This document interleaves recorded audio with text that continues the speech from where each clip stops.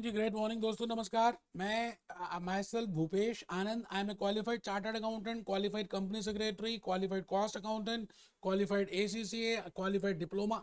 मैंने बड़े सारे अलग अलग डिफरेंट डिफरेंट कोर्सेज किए हैं दोस्तों। लेकिन आज आपके सामने मैं खड़ा हूँ लेक्चर 7 में। बट आई वॉन्ट टू से यू कि इतने सारे कोर्सेज करने की कोई भी नेसेसिटी नहीं है। अब जमाना बदल गया यार। मैंने जब किए थे तो मुझे काउंसलिंग नहीं मिली थी, लोगों ने बस बताया नहीं, मैंने पूछा भी नहीं, बस करता गया करता गया करता गया।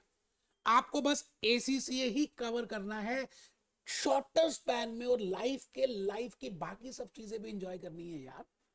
आइए, इन्हीं सभी थॉट्स के साथ मैं भूपेश आनंद आज एक नए लेक्चर की तरफ बढ़ रहा हूं। And this is lecture number 7। We have already covered 6 lectures in chapter number 1, the financial management function. बेटे आप बाकी किसी का देखो तो सही, पता तो चलेगा कि क्या रियलिटी में इतनी डीपनेस में, इतने लॉजिक्स के साथ, इस तरह से खड़े होकर, हैंड रिटन स्लाइड्स के साथ, मूवीज दिखाकर, गूगल दिखाकर, मोटिवेट करके कोई करा भी रहा है। बेटे आपको आंसर मिलेगा नो अदर देन भूपेश आनंद। बुक में मार्क करके कुछ लोग पढ़ा रहे हैं, पीपीटीज दिखाकर पढ़ा रहे हैं, ना टीचर को खुश है बैठ के पढ़ा रहे हैं। क्या यार, ये क्या तुक है यार, आप बताओ। तो प्लीज अपना रजिस्टर ओपन करें।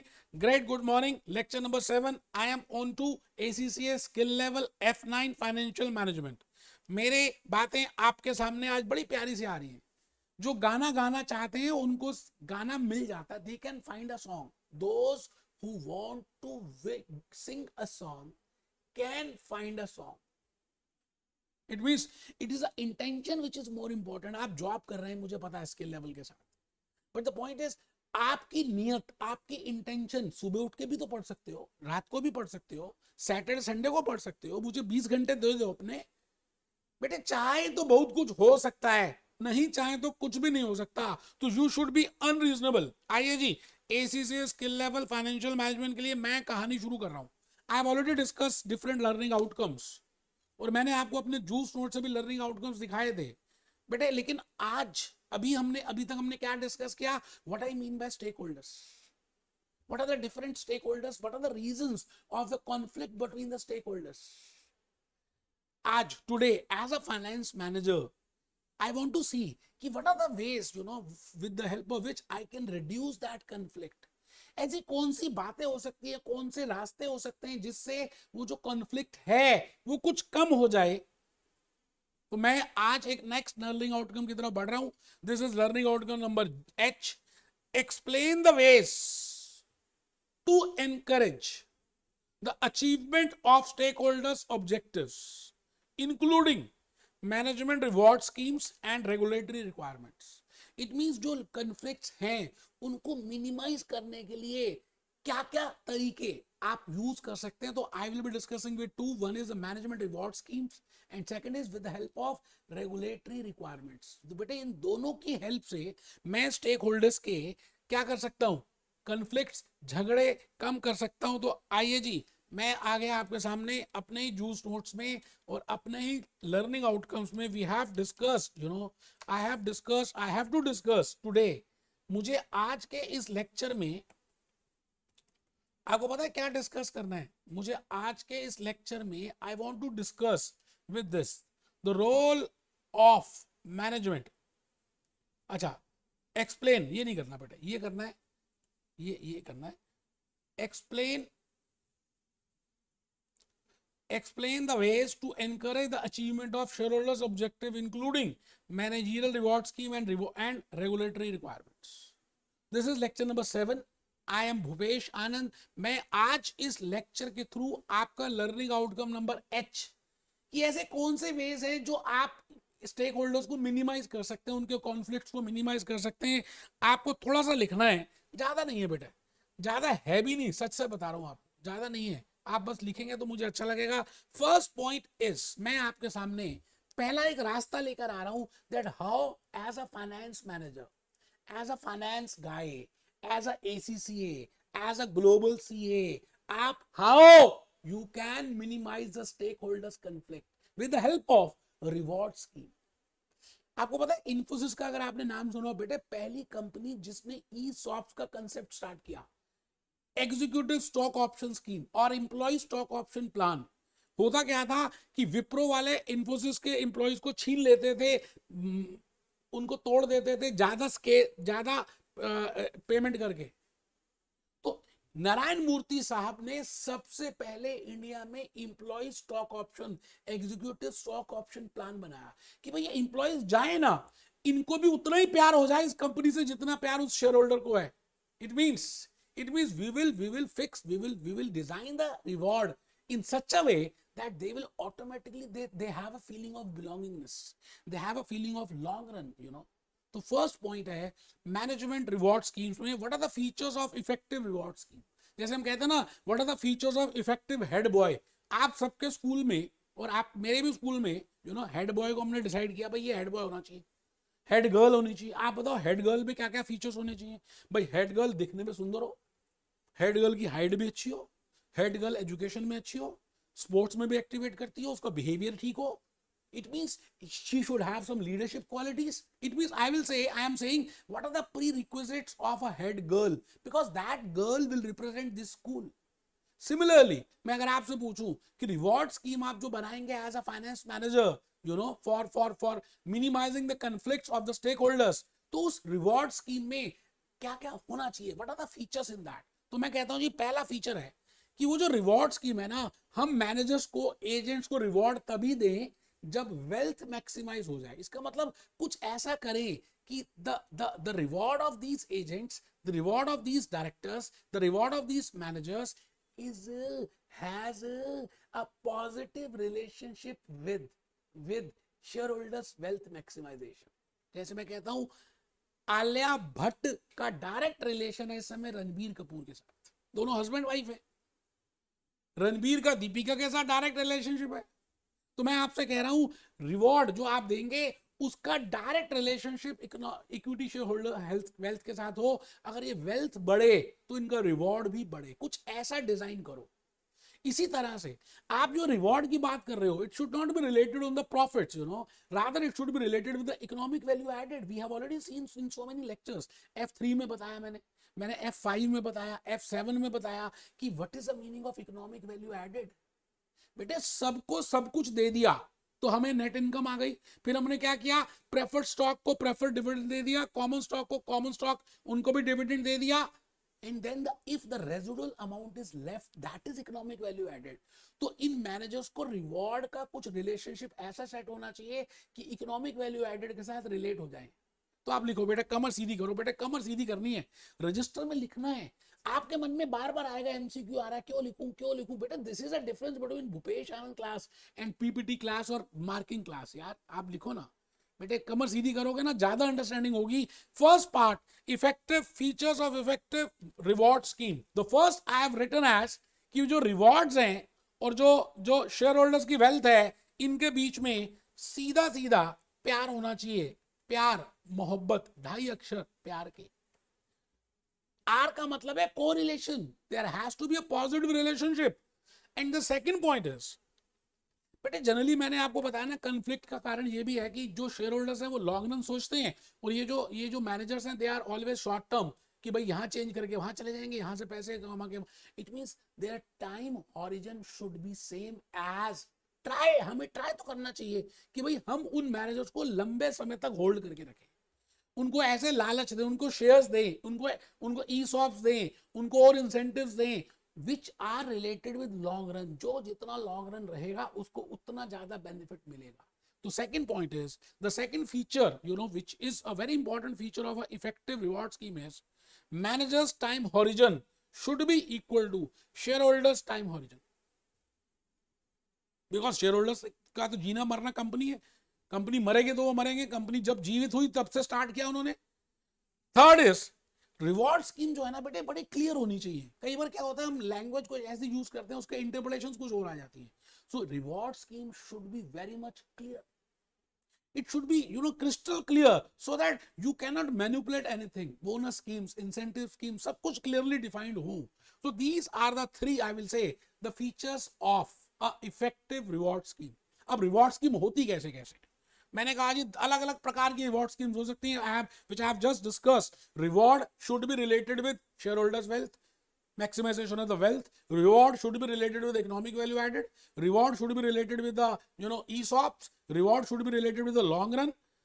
जो आपने अभी फीचर्स देखे हैं वही मैंने उन्हीं की हेल्प से रिवॉर्ड्स बना दिए. कैप्लन में भी, बीपीबी में भी ऐसे ही किया है. तो बेटे उसमें ह्यूज डिस्कशन है, बट द पॉइंट इज मैं वो डिस्कशन आपको अपनी बॉडी लैंग्वेज से एक्सप्लेन करता जा रहा हूं. अभी मैं इन्फोसिस में लेके जाऊंगा, इन्फोसिस की वेबसाइट देखेंगे. बेटे आप F9 कर रहे हो, फाइनेंशियल मैनेजमेंट. बेटे फाइनेंस मैनेजर हो आप, अपने आप को मानो you are a finance manager and you want to minimize the conflict in the stake holders, and for that you have to build a reward scheme. And what are the different types of rewards, वो हम discuss कर रहे हैं second part में. Remuneration should be linked with profit levels.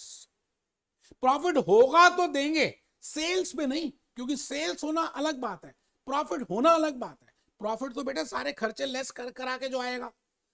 And remuneration should be linked with, मैंने कहा जी बचा खुचा, बचा खुचा, हाँ बचा खुचा, बचा खुचा खुरचन, that is economic value added. I have just I think in the F7 or F5 I have told you that what I mean by economic value added. When I say economic value added, it is EBITDA, that is earning before interest, tax and amortization and depreciation. Then we deduct interest, then we deduct tax, and then we deduct tax dividend.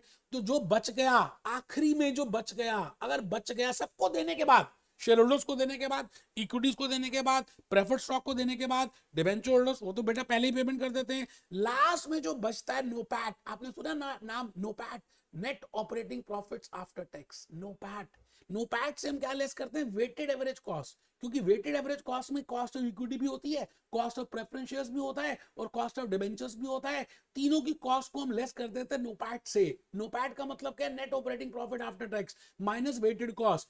If the balancing figure is positive. बेटे टाटा ने सबसे पहले economic value added निकाला था जब ये नया concept आया. Stern steward and company, America की एक कंपनी थी, उसका एक मैनेजर था, उसने स्टर्न स्टीवर्ड के कंपनी के मैनेजर ने निकाला था कंसेप्ट इकोनॉमिक वैल्यू एडेड. बेटे आप देखो उसी को यूज कर रहे हैं. नोपैट में से वेटेड कॉस्ट लेस करेंगे तो इकोनॉमिक वैल्यू एडेड आएगा.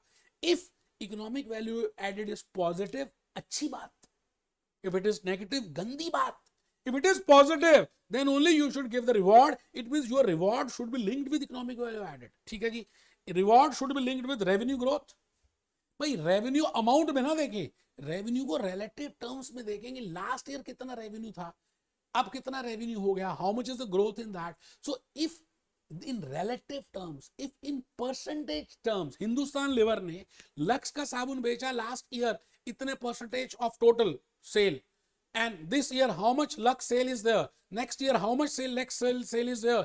It means if you see the growth in the revenue, but revenue की growth में ही reward होना चाहिए. ठीक है सर.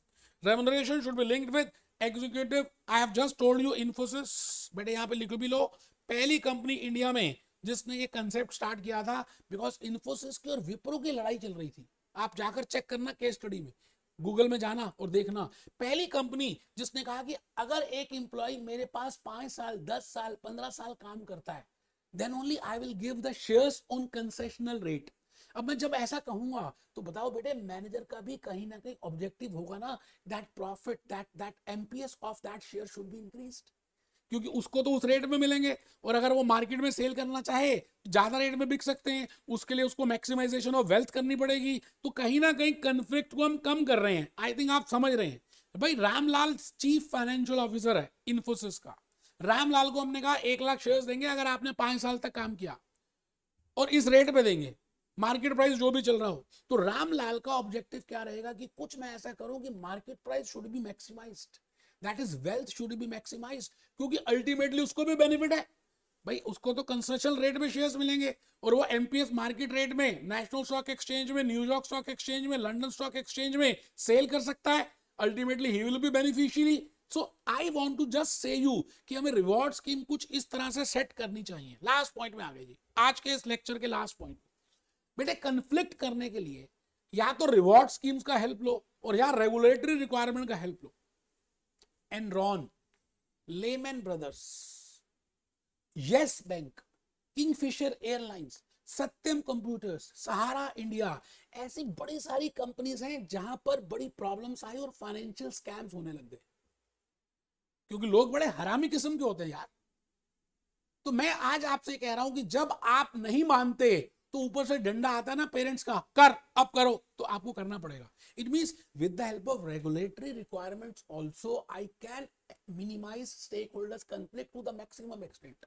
अब आपको पता है रिलायंस जियो का एक बोर्ड है, उसमें बोर्ड ऑफ डायरेक्टर्स हैं, उसमें अलग अलग तरह के बोर्ड ऑफ डायरेक्टर्स हैं, वुमेन डायरेक्टर्स हैं, फीमेल हैं, इंडिपेंडेंट हैं, नॉन एग्जीक्यूटिव हैं, एग्जीक्यूटिव हैं।